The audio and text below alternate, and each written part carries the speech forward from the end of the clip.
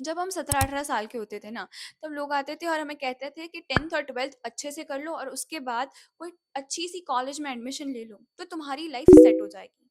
But I don't think ऐसे life set होती है। If I could go back in times and tell something to my 18-year-old self, it would be the life lessons that I've learned. So, in today's video, I'm going to share some lessons that I wish someone had told me when I was 18.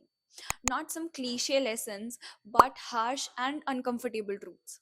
So, the first thing that I will tell to her is your friends are going to change and it's completely okay.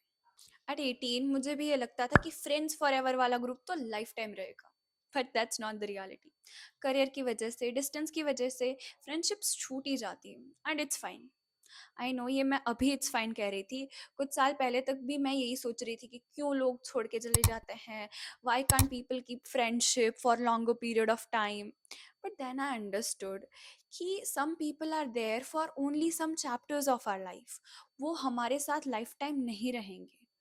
और ऐसी friendships या ऐसी relationships जहाँ उसे smoothly work करने के लिए हमें अकेले को ये एफर्ट्स डालनी पड़े, that is not right for अस।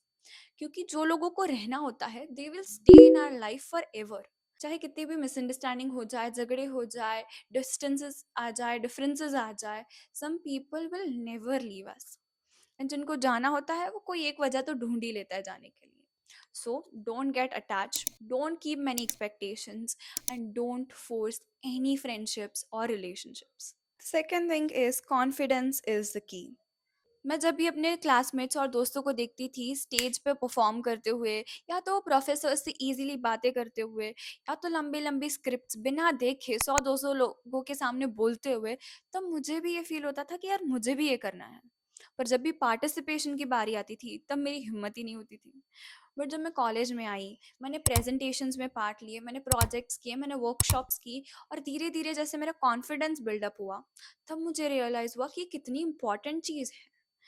पहले मुझे लगता था कॉन्फिडेंस इज समथिंग जो बचपन से ही इंसान में होगी, बट देन आई रियलाइज कि कॉन्फिडेंस कोई मैजिक नहीं है जो एक दिन अचानक तुम फील करोगे। It is something that is build over the years. You know real confidence कैसे फील होता है? एवरी सिंगल टाइम जब तुम अपने कंफर्ट जोन से बाहर निकलते हो तब, every single time when you try to do something new, every single time when you speak up in a class, even if तुम्हें आंसर पता है या नहीं तुम बोलते हो, तब that's when the real confidence is building up. और कॉन्फिडेंस तुम्हें 2-3 दिनों में पता नहीं चलेगा, but yes, when you start doing small things which scare you, the confidence will start growing with each small victory. Third, experience will bring you more happiness than things. At 18 हमें लगता है that if we spend our money on trendy clothes, cool sneakers and latest phones, then सबके सामने हम बहुत ज़्यादा cool दिखेंगे, right? But that's not my perception. There are various things which can also make us feel cool. And even I have experienced such things, and trust me ये बहुत ज़्यादा exciting होती है। Firstly, it's the spontaneous trip with the friends. Secondly, it's attending concerts where I screamed the lyrics. Third is staying up all night just to talk with each other about life. These moments are really very precious for me. मैं ऐसा नहीं कह रही हूँ कि trendy clothes and phones and shoes will not give us happiness. It will make both of us happy, but along with that ये experiences भी उतने ही ज़रूरी है। It will make our life happening. Fourth point is health should be your priority. And I'm not talking about you only. It includes your parents, your grandparents, your family and yourself. Apparently, if किसी घर में किसी एक इंसान की health ख़राब होती है, तो उस घर का एनवायरनमेंट, सबकी फिजिकल और मेंटल हेल्थ भी अफेक्ट होती है। सो इट्स इम्पॉर्टेंट दैट हम हमारे साथ हमारे फैमिली का भी ध्यान रखें। वी नीड टू चेक कि भाई लोग उनकी दवाइयाँ ले रहे हैं कि नहीं, रेगुलरली वॉकिंग एंड एक्सरसाइज कर रहे हैं या नहीं, और क्वार्टरली रिपोर्ट निकलवा रहे हैं कि नहीं। इट्स इम्पॉर्टेंट कि हम हमारी फैमिली का ध्यान रखें। एंड अलॉन्ग विद दैट मैं और एक चीज़ ऐड करना चाहूँगी, and that is spending time with your parents and grand parents. उनके साथ बैठो, उनके साथ बातें करो, उन्हीं की लाइफ के बारे में जो किस्से कहानियाँ हैं वो सुनो, उनसे जितनी भी हो सके अपनी बातें शेयर करो। उनको और आपको दोनों को अच्छा लगेगा। Fifth, the people you spend time with will shape your future. At 18 मुझे ये रियलाइज़ ही नहीं हुआ कि मेरे आसपास वाले लोग मुझे कितना ज़्यादा अफेक्ट कर रहे हैं। For example as a group A, जिसमें बहुत ज़्यादा टॉक्सिक सेल्फिश लोग हैं जिनको अपने करियर की बिल्कुल नहीं पड़ी, जो घूमने फिरने के अलावा और कुछ काम नहीं करते। And there is group B, जो बहुत ज़्यादा एम्बिशियस है, जो इंटर्नशिप्स कर रहे हैं, अपना 100% दे रहा है, जो बहुत ज़्यादा हार्ड वर्क कर रहा है।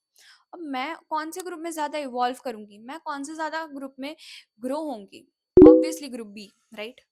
हमें बहुत बार पता नहीं चलता है, but the people we surround ourself with influence our mindset, habits, and what not. So, surround yourself with the people who are ambitious, who inspire you, who motivate you, who will be genuinely happy when you will win in your life. Next point is forgive but not forget. I use to hold on to grudges, and मैं past के बारे में बहुत ज़्यादा सोचती थी। But then I realised कि इससे मेरा प्रेजेंट ख़राब हो रहा है। मैं सैड और डिसअपॉइंट फील करके अपना प्रेजेंट ख़राब कर रही हूँ। मेरा बिना वजह मूड ऑफ रहता था। क्यों? बिकॉज मैं पास्ट के बारे में ओवर थिंक करती थी। फॉरगिविंग का मतलब ये थोड़ी होता है कि उसने जो किया वो ठीक है, ये समझ ले। No, it's just that we are freeing our self from that weight. And इसका मतलब ये भी नहीं है कि किसी इंसान ने आपको पास्ट में हर्ट किया है तो तुम उसको वेलकम करो वापस से अपनी लाइफ में। अगर वो बहुत ज़्यादा सॉरी है और वो जेन्युइनली अपनी मिस्टेक्स को रियलाइज कर रहा है, then it's okay. But mostly बहुत सारे लोग अपने लाइफ में वापस अपने सेल्फिश रीजंस की वजह से ही आते हैं। So you need to take care of your self, protect your self from such kind of people. Seventh point is reading. I know ये बहुत ज़्यादा बोरिंग एंड सिंपल स्किल है, बट ये चीज़ रियली मैंने सीखी है, and reading really helped me. It enhance my communication skill, improve my vocabulary, and मुझे बहुत ज़्यादा नॉलेज और इन्फॉर्मेशन मिली है इससे। एंड इफ़ आपको रीडिंग करनी है बट यू आर ऑल्सो कि भाई मुझे बहुत ज़्यादा बोरिंग लगता है, मैं सेल्फ हेल्प बुक्स नहीं पढ़ सकती, और you don't know where to start from, तो मैंने क्या किया था कि I started reading stories. There are stories of Ruskin Bond, Sudha Murthy, ऐसे बहुत सारे लोग हैं जो स्टोरीज लिखते हैं for kids, but they are really very interesting. मैंने बहुत सारी इनकी स्टोरीज पढ़ी हैं and genuinely they are so interesting and engaging. मैं बोर ही नहीं हुई। एंड धीरे धीरे धीरे जब मैंने ऐसे इंटरेस्ट डेवलप किया और जब मुझे आदत पड़ गई बुक्स पढ़ने की, तब आई started reading self help books, और बाकी सारी बहुत सारी मैंने बुक्स रीड की है। But really it really helped me in my life. So if you want to start reading the books, start from the stories. If I could tell one last thing to my younger self, it would be kind to yourself and others. Have patience, take risk, be curious, and you're stronger than you think. If you resonated with this video, do like it and subscribe it. Share it to the person who is feeling alone or who is feeling lost. Sometimes all we need is a reminder that we are not alone. Trust yourself and know that I believe in you. Now it's your turn. See you in the next one.